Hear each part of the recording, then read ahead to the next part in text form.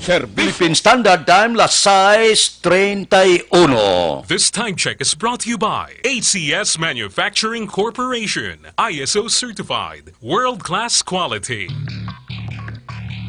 Action Reports, second portion.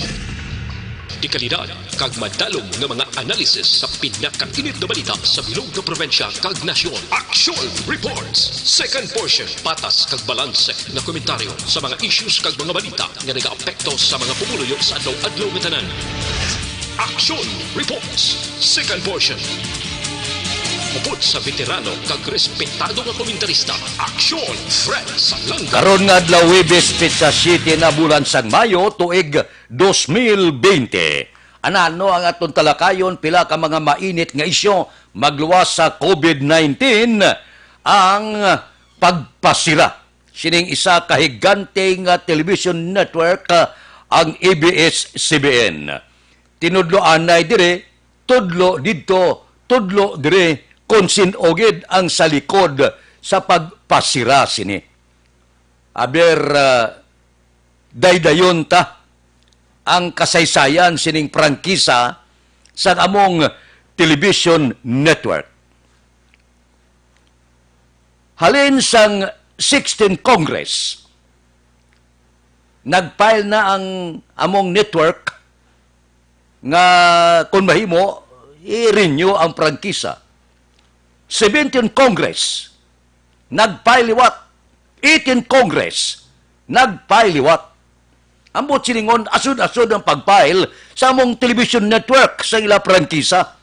Sa sulod sang 25 anyos, kung tugutan sang Congress nga mo lang ang may kinamatarong sa paghatag prangkisa sa mga radyo kag telebisyon. Ang tinuduan na subong, una ginatudlo si Presidente Rodrigo Duterte nga among sa likod sining pagpasira sang among television network. Pero para sa akon, hindi gani mo si Presidente Rodrigo Duterte. Of course, nagligad nga mga binulan, inarangkada ya ang among network, akig siya, niya ipasira ko na. Pero pag-abot sang hearing, nangayo pasaylo ang among television network kay Presidente Rodrigo Duterte. Kaginbaton sang Presidente ang pagpangayo pasaylo sa among television network. Ikaduha nga inarangka, amo si Kalida, ang Solicitor General nga nagfile kaso nga kon abrihan ang among television network manabat ang National Telecommunication Commission. Ikatatlo, nga ginabasol amo ang Kamara. Tikon pabatian ta diin sa inyo, ang may dako nga diferensya. Of course, wala pa magpungko si Presidente Rodrigo Duterte, nagfile na niya. Sang apila ang among television network nga i-renew ang ila prangkisa. Halin sa 16th Congress, halin sa 17th Congress, kadto sa karon nga kongreso. Ang buot silingon, may diferensya ang konsin o dira nga nagbalabag sa Kongres, ginlumluman sang Kamara. Ang among pagpangayo sang prangkisa sang among television network.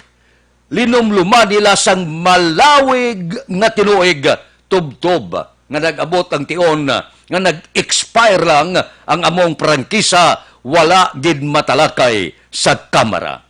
So ang butsilingon, partly mabasol ang Kamara. Amo na kon pamatian tang iban nga mga representante ang ginadak-ol nila sa tapalan, amo siya Speaker Alan Peter Cayetano. Ti dapat pulpit kon matong nagligad nga mga House Speaker. Ya kadugay na snip, katuig na ni. Nga gin-file sang ABS-CBN, wala gintagaan igtalupangod. So ang butsilingon, ang pagtinudloan ay halin kay Presidente Rodrigo Duterte, pakadto kay Solicitor General Kalida, pakadto sa National Telecommunication Commission ang pinakapatok nga ginatudlo nga among responsable kung nga ginsira ang among television network amo ang paglumlom sang Kamara halin sa 16th Congress, 17th Congress, 18th Congress, tob-tob sa nagapungko subong rason nga hindi lang si House Speaker Alan Peter Cayetano ang dapat masulon kundi nagdiligad pa nga mga miyembro sa Kamara nga kung sino man ang nagapamalabag. Madamo man sa mga kongresita nagaupod nga dapat gid tagaan prangkisa sa kung ano nga rason nga dapat ipatag sang Kongreso amo kun nga ginpabayan lilom-luman ang among pangabay sang ABS-CBN tubtob nagtakop ini nag-expire lang nga prangkisa wala gid matalakay sang Kongreso karon nagtinudloanay sila sa isyu nga gintalakay daton sino sa inyo sino sa ila ang dapat kag may dako nga balasulon kung nga nag-expire lang wala matalakay ang among prangkisa. Athag ang isyo, di ba? Aksyon Radio Philippine Standard Time Lasais 37. Mabalik kami pagkatapos ini.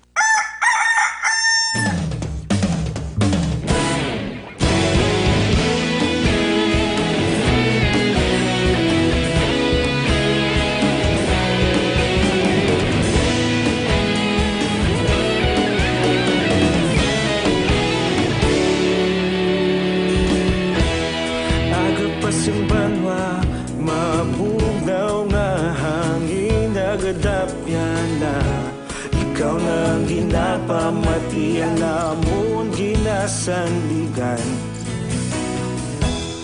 tingog sang probinsya kamatuuran ginapalap na minsay nga may dala paglaom kag kasanat Inuig na nagligan, ikaw gihapon ang ako nga istasyon sa pagbudlak sang adlaw sa pagtuhaw sang biton mga balita nga dala inspirasyon aksyon radyo bakolod man sa gihapon padayon aksyon radyo bakolod saludo sa imo padayon aksyon radyo salamat kisa pagserbisyo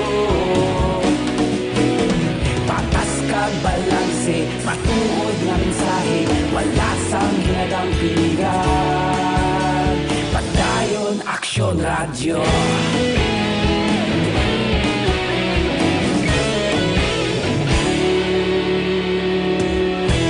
Bacolod kag Negrosanon inyong pamatian Stasyon nga nagapalaplag sang kamatuuran Mabakod nga prinsipyo Reporter handa sa serbisyo Kahapon, karon kag sa gihapon Kita magapadayon Tinuig na nagligan Ikaw gihapon ang ako nga istasyon sa pagbutlak sang adlaw. Aksyon Radio Philippine Standard Time Lasais 39 na. Oy, ang pag-inom sang DTX 500 kinahanglan adlaw-adlaw. Kay ari ini siya 3 ka anti-diabetic properties. Charantin nga nagapanubo sang glucose, bisin nga nagakontrol sa inyo blood sugar, kag polypeptide nga may kaangay nga epekto sang insulin. Amo ini siya ang aton imnon adlaw-adlaw. Dipinsa sa anuman nga pamalatian nga nagaduging subong labi na gid sa COVID-19. Maayogin man niya nga kinanglan may preparasyon kita. Wala pa man sang baksin nga natukiban batok sa COVID-19 pero isa sang aton himuon amo nga babakuron ang aton lawas, ang aton immune system. Kung mabakod kita, wala sang anuman nga balatian nga dali magtapik sa aton kalawasan. So amo ning himuon naton. Himuon tang batasan mag-DTX 500 kita adlaw-adlaw. Dipinsa sa anuman nga kagaw, dipinsa sa anuman nga balatian nga may mo magtapik sa aton kalawasan.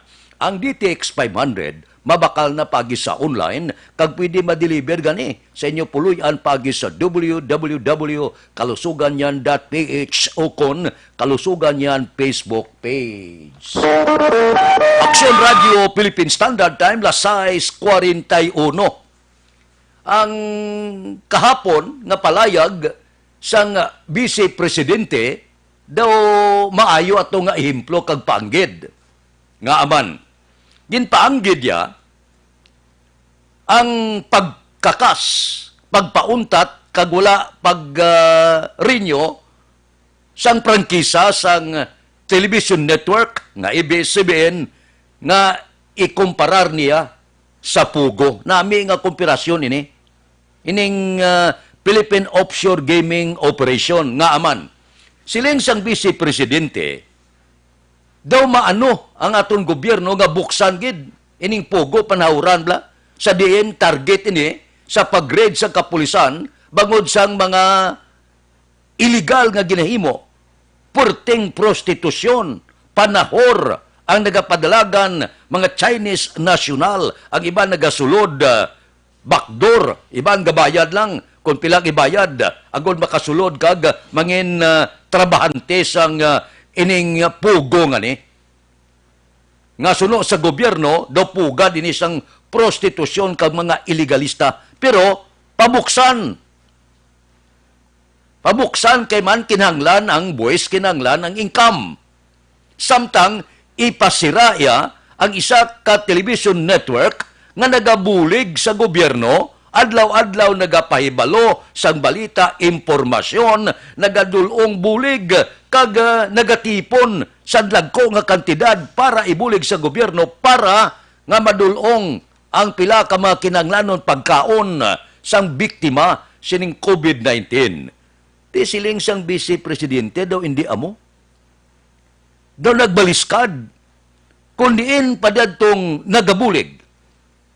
Kundiin pa yadtong nagadulong sa mga pagkaon kag ayuda sa mga nabiktima sang COVID-19, amo iya ang ginpasira, samtang ang puno sang illegal prostitution kag iban pa, gakarakasa ang gobyerno nga buksan. So daw maayo ini nga ehemplo nga ginpaanggid sang Vice Presidente. Subong may social amelioration program, ginabulig sa wala trabaho, ginabulig sa pigado, areho, ginsira, nga may sobra, gilinibo ka mga empleyado plus pamilya plus iban pa. Ang pagutman mo, ang pawadaan mo trabaho. Ginawa sa gobyerno, pakita nga daw medyo loan kita sa World Bank, ngita kita kwarta, realign tatalan nga budget para ibulig sa wala trabaho. Ariyaw, kakasan mo trabaho ang linibo nga empleyado sa among television network. Daw hindi amo. Daw baliskad sa handom ka ginapakita sa gobyerno. Di silang sa Vice Presidente daw hindi amo. Abrihal mo yang puno sang isyo, prostitusyon kag iban pa, pagkatapos ang gabulig ya, sa panahon sa COVID-19, pasiradaan mo, tuod no, daw hindi amo. Action Radio Philippine Standard Time, las 6:44 na. Mabalik kami pagkatapos ini. Ang Dr. Alfred. In these trying times, my most important task as your governor is to keep you safe and protected. At the start of the year, we saw it in the news, and the possibility of a pandemic was just unfolding. Yet, that time, the threat was not as real for the Negrenses as it is now. Never in recent history that borders and ports have been closed and community quarantine imposed. We are facing a novel virus, an unfamiliar disease. The virus is not under our control, but we can control our response. The proper coordination between the government and its citizens is the most effective tool in facing circumstances like this. We cannot judge the gravity of a crisis based on the fact that it has missed us and our close circles. The totality of our acts, that of the government and you, the citizens, will determine the future of Negros Occidental and the Negrenses. How will history judge us? Will we survive this crisis by cooperation, or will we succumb because of disobedience and distrust? The rules have been laid out. The least we can do is to follow. We are not sure how long are we going to be in this quandary, but be assured that your provincial government is doing everything under the given circumstances to ensure the security, welfare, and well-being of everyone. In situations like this, each and every one has an active role to play. Never underestimate the impact of your contribution by staying home. We are one nation, one province, one people. This is your Governor Bong Lacson asking all of you to stay home, practice social distancing, and exercise proper hygiene. We are all in this together. It has been said that upon the conduct of the individual depends the fate of all. Thank you and God bless Negros Occidental.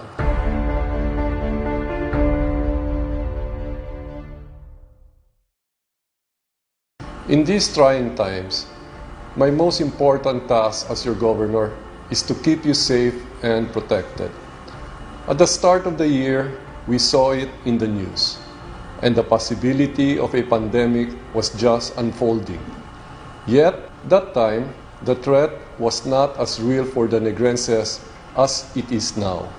Never in recent history that Radio Philippine Standard Time, las 6:47 na.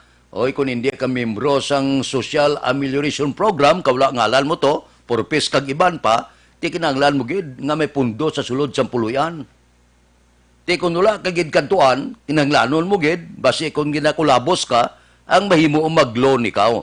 So kung mag-loan ka, pilion mo, ang pinakanubo saka para sa pag-loan mo sa chattel, ATM loan ninyo, business loan, salary loan, real estate mortgage, car or truck finance, GSIS pension loan, SSS pension loan, agricultural loan, pareho sa crop loans, tricycle loan, allotment loans, housing loans, pareho sa construction kag renovation. Din ka makadto nga masyado kanubo sang saka. Pederlep Lending Corporation ang kadtuan ninyo. Ara lang sa second floor sang Carmen Building, Lizares Avenue, Bacolod City. Nagbutang gid sila sa tilayt nga opisina para sa inyo kahapusan. Diri sa Bacolod, Door 104, XA Esteban Building, Galo Gatoslao Streets, Bacolod City. Ining Metropolitan Corporation bala.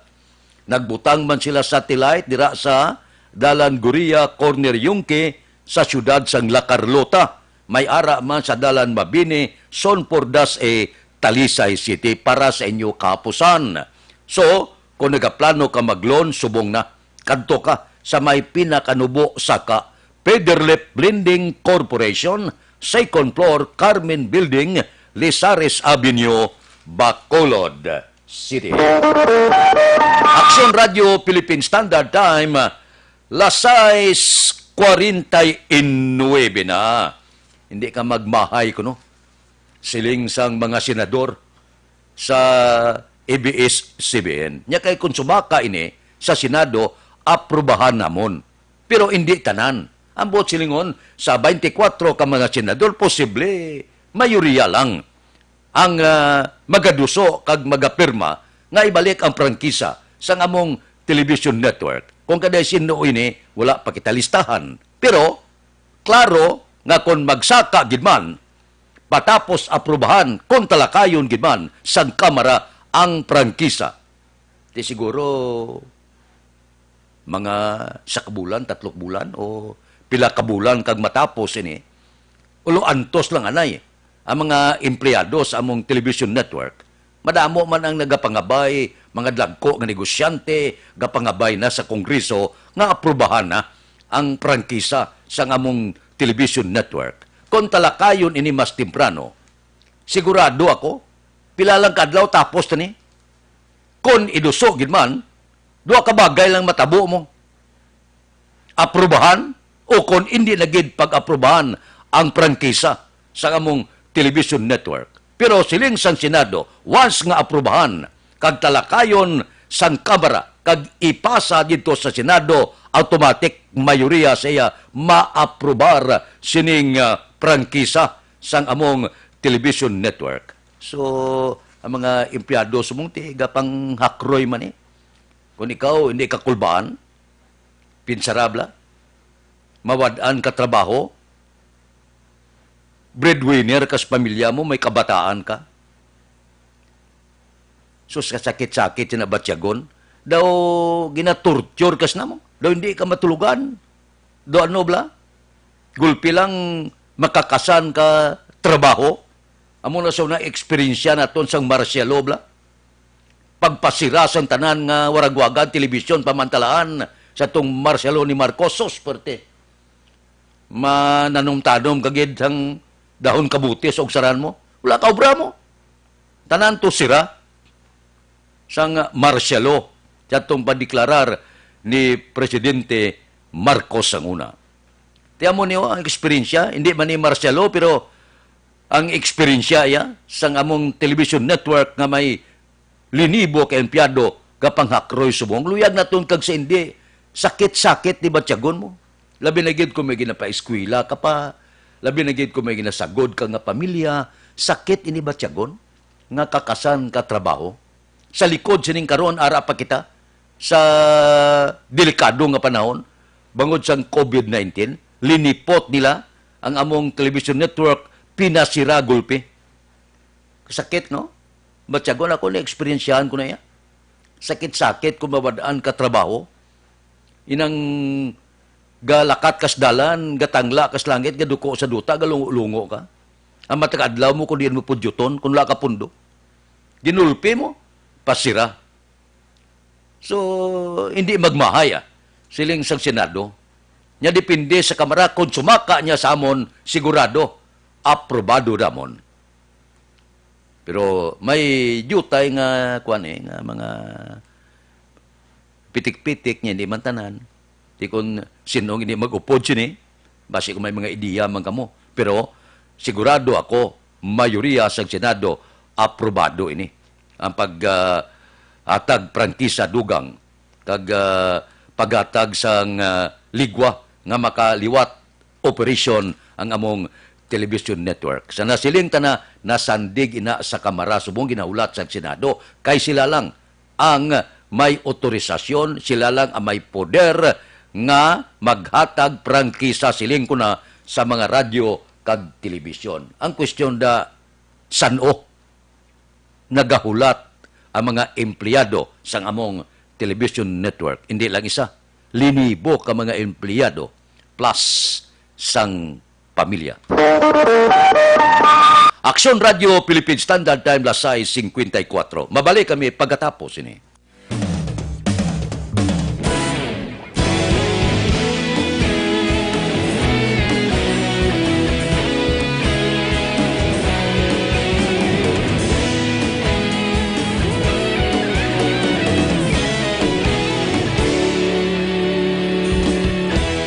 Agapasumbanwa, mabugnaw nga hangin nagadapyan na. Ikaw nang ginapamatian namon ginasandigan. Tingog sang probinsya, kamatuuran ginapalap na. Minsay nga may dala, paglaom kag kasanag. Tinuig na nagligan, ikaw gihapon ang ako nga istasyon. Sa pagbudlak sang adlaw, sa pagduhaw sang biton. Mga balita nga may dala inspirasyon. Aksyon radyo, bakolog man sa gihapon. Padayon aksyon radyo, bakolog saludo sa imo. Padayon aksyon radyo, salamat kisa pagserbisyo. Patas kag balanse, matuod nga mensahe, wala sang ginadang pilihan. Padayon aksyon radyo.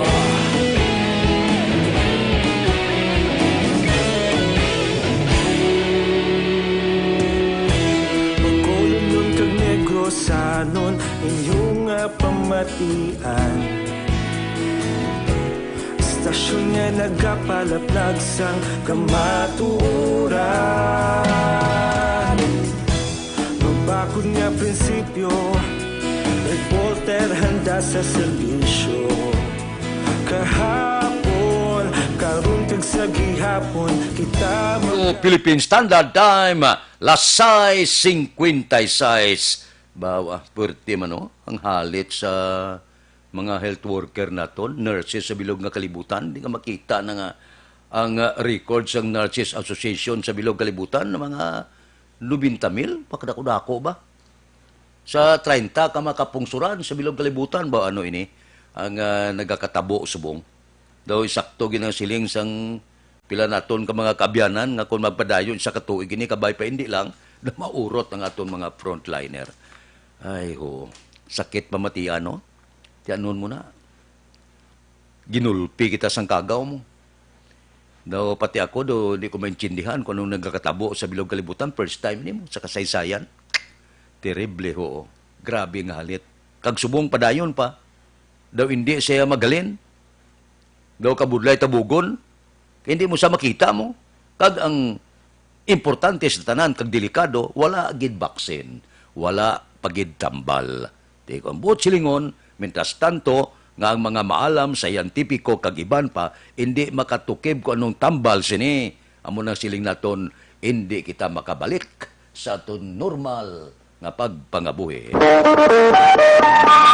Aksyon Radio Philippine Standard Time, lasay 58 na, standby na. Sa aton Aksyon Balita Morning Edition, liwat magadulong sa aton sa mga balita lokal, national, international, sports, kag artista. Upod kita, kay Aksyon Boy Duran, kag Aksyon Edin Aboso. Aksyon Fred Salanga, una sa balita, una sa aksyon, sa Bacolod, Aksyon Radio. Aksyon Radio! Manila Broadcasting Company. Sa balita,